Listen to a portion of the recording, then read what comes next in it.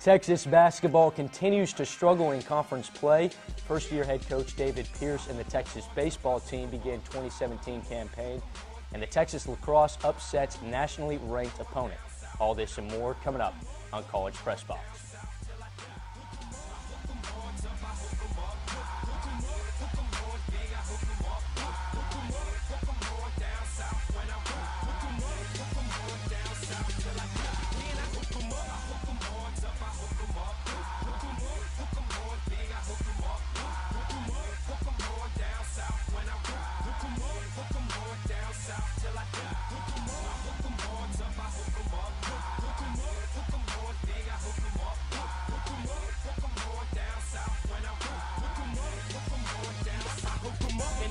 Good evening, and thanks for joining us on this Monday night. I'm Luke Hendry, and well, it has been 3 months and 9 days since Texas men's basketball began its 2016-2017 season, and Shaka Smart and the Longhorns have yet to win a game on the road.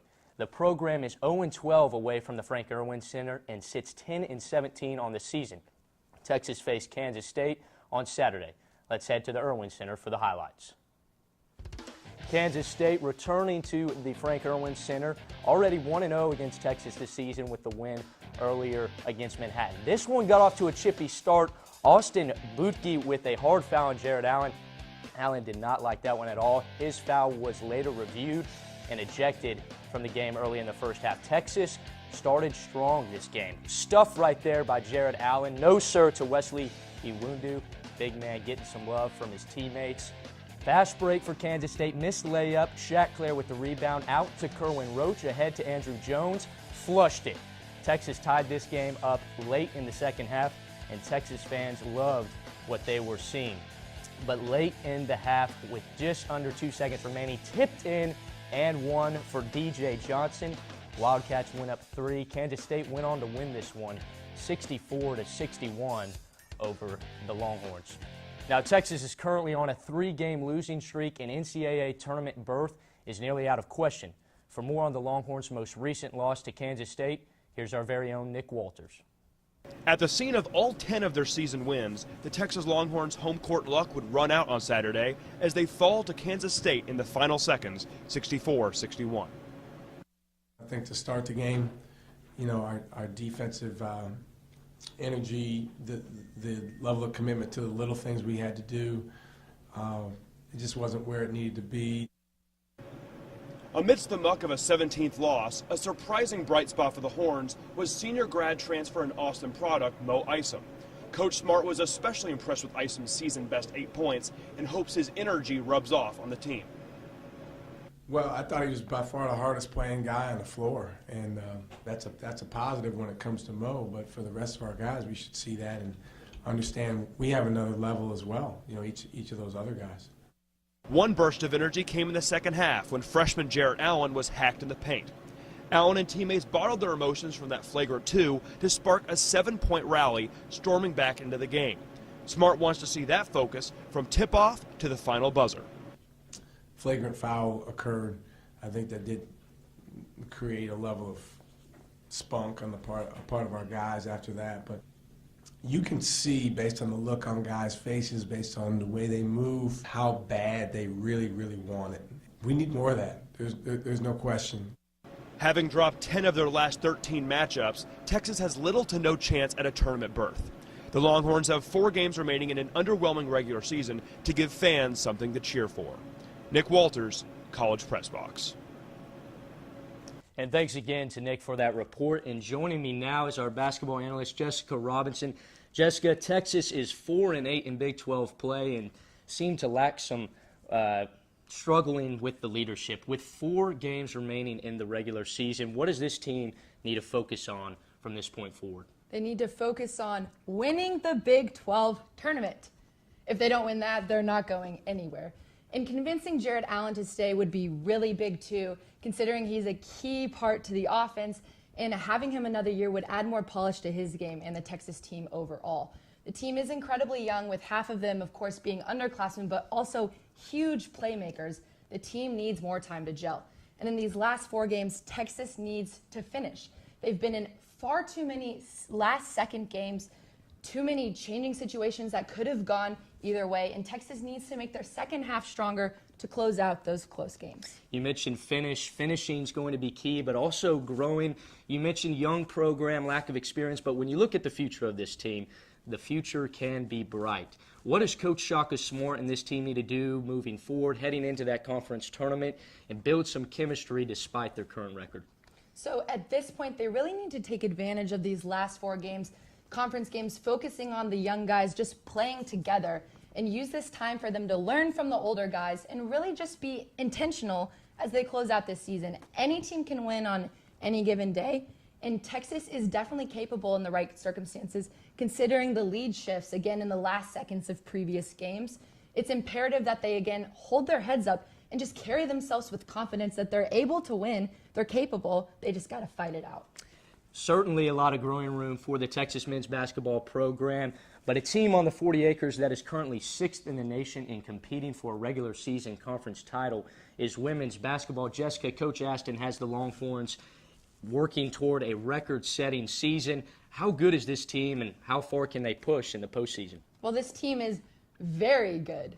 They're very good, and I definitely think that they can push, as their endurance will be tested tonight, as they're currently in the middle of the big Baylor game. And although their 1-point loss at Oklahoma on Saturday snapped their 19-game winning streak, Texas looks to beat them right now. And if they do, they win their regular season conference title, which hasn't been won by Texas since 2010. And from there, then they can push for the conference tournament title, where they will be able to have the ability to just show their consistency throughout the season with their previous winning streaks and hopefully win it all. And as for the NCAA tournament, the same thing applies. They show up with confidence, and only time will tell how long this team can last, but they definitely have endurance. Certainly will be fun to watch Texas as they try to win their first Big 12 women's basketball tournament championship since 2003. Jessica, thanks again for joining us tonight. And when College Press Box return, we take a look at baseball's 2017 debut and softball's finish in the Texas Invitational. All that and more next.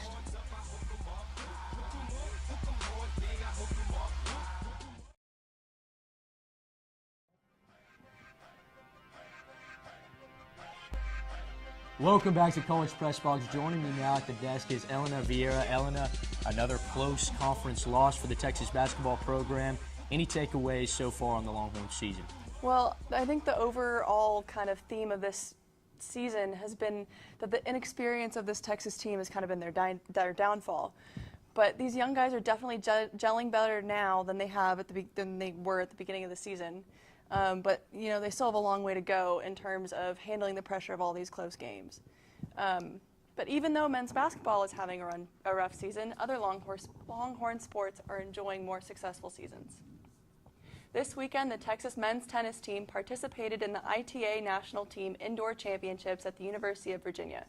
On Friday, the 10th-ranked Longhorns upset the 7th-ranked Florida Gators with a victory of 4-2. On Saturday, they lost 4-3 to second-ranked Wake Forest, and on Sunday, Texas defeated 11th-ranked Oklahoma State. UT sophomore Harrison Scott and freshman Yuya Ito had standout performances in singles for the Longhorns the whole weekend.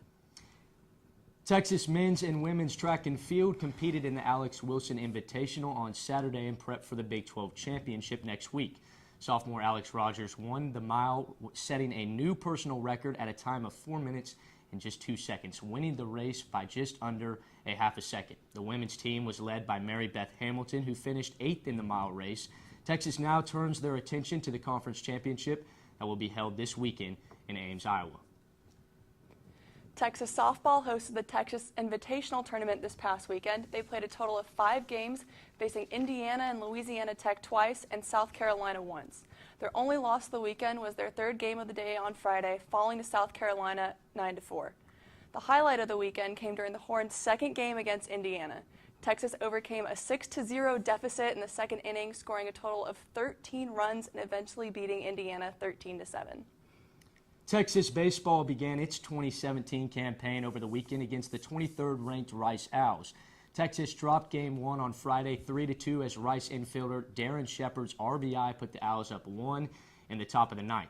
Coach Pierce won his first game as the Texas coach Saturday 5-4, and the Longhorns swept the doubleheader with a 6-1 victory later that evening.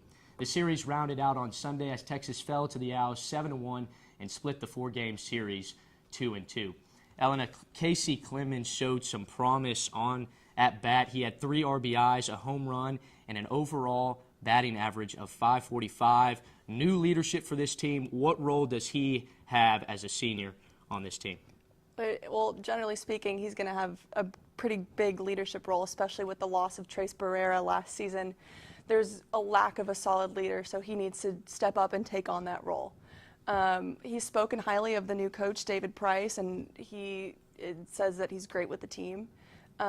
So he's really motivated to not only, perform well for himself, but perform well for David Price. And especially with the stellar start to his season with a .545 average, I'd say he's off to a great start with that. A lot to look forward to from Casey himself and the whole entire baseball team this year as Coach Price starts his era here at Texas. Thanks again, Elena, for coming on tonight. And when College Press Box return, Nick Walters and Steve Hellick will take us beyond the 40 acres and look at college basketball from around the nation. Stick around. We'll be right back.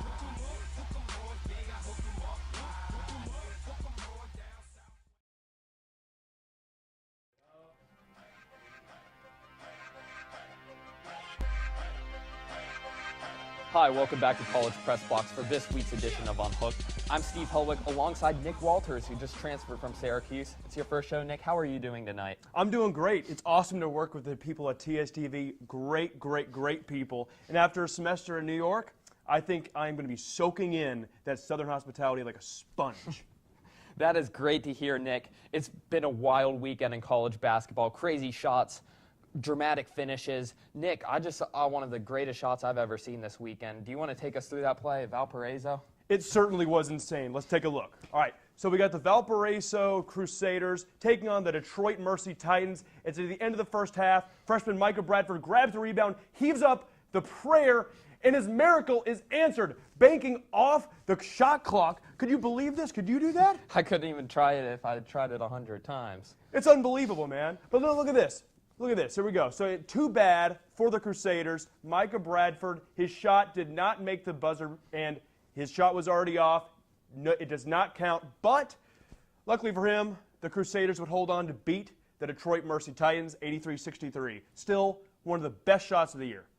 It was definitely a great shot, and we're coming up on March, 1 week until March, which is the greatest month in college basketball. This Saturday, in a little preview of some March Madness contenders, we saw 2 Big 12 teams just duke it out on the hardwood. Kansas Jayhawks once again finished on the favorable side of a victory. And let's cut to Waco for the highlights between Baylor and Kansas. 2 Big 12 teams duking it out, plus 20-plus wins, 2 top 10 teams. And here we are at the Farrell Center in Waco. So in the first half, Kansas has it, and what a dime here from Josh Jackson to LaGerald Vick, who finishes with a great circus layup. Baylor still in the lead early on.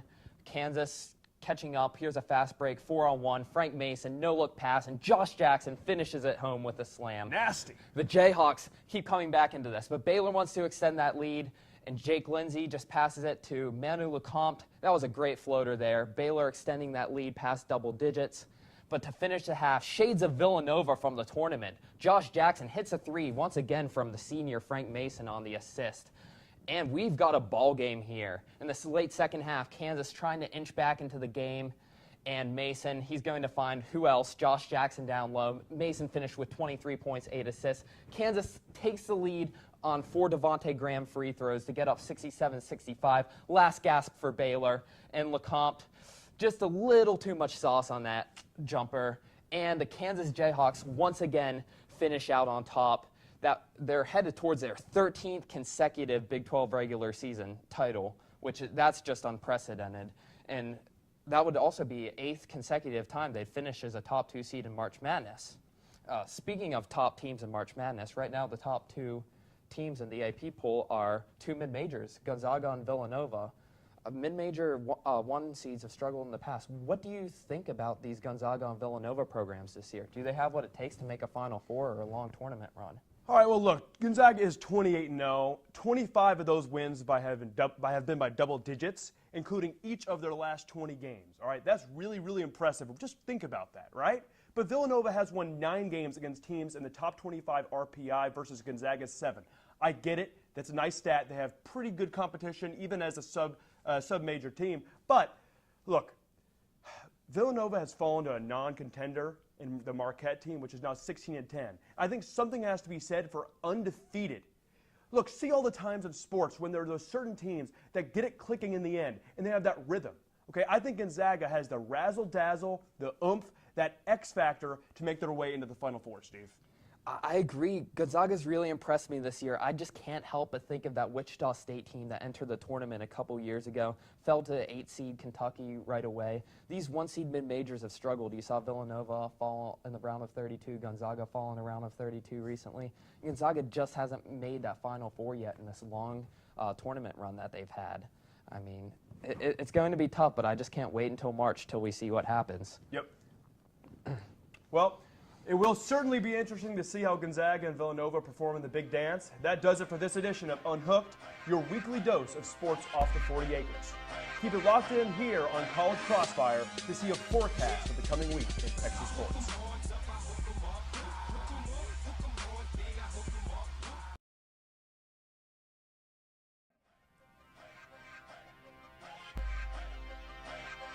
Welcome back into College Press Box. Well, Texas Athletics has yet another busy week ahead. Let's take a look at what Longhorn sports are underway this week. Currently, women's basketball taking on Baylor right here in Austin, and men's basketball in Morgantown against West Virginia. Today and tomorrow, women's golf will be at the All-State Sugar Bowl Intercollegiate, and on Wednesday, baseball will have a non-conference matchup against Sam Houston State. Heading into the weekend, men's and women's swimming will be competing all the way until Saturday in the all-important Big 12 Championship. Softball will be at the Mary Nutter Classic, and baseball will be having a series against UConn. That series can be caught on LHN. Now, before we go, the Texas men's lacrosse team hosted conference opponent and 24th-ranked SMU on Saturday. Both programs are a part of the Lone Star Alliance Conference within the Men's Collegiate Lacrosse Association. The Longhorns revamped their team over the offseason, adding 23 new players. The Texas offense simply overwhelmed SMU's defense en route to a 10-5 victory. The Longhorns are off to a 3-0 start, the best since coach Seth Bachmeier took over the reins just a season ago. Texas will continue conference play against TCU on Saturday. Well, that is all we're going to have for you tonight. And once again, thanks so much for joining us. Follow TSTV Sports on social media throughout the year for your latest Longhorn sports coverage. That is at TSTV Sports. And join us right here every Monday night for College Press Box. Also, for some hot takes, don't forget to tune into our sister show, College Crossfire, airing on Wednesdays at 9. From all of us here in studio and Master Control, a special thanks to you for spending your Monday night with us. Until next time, I'm Luke Hendry. Good night.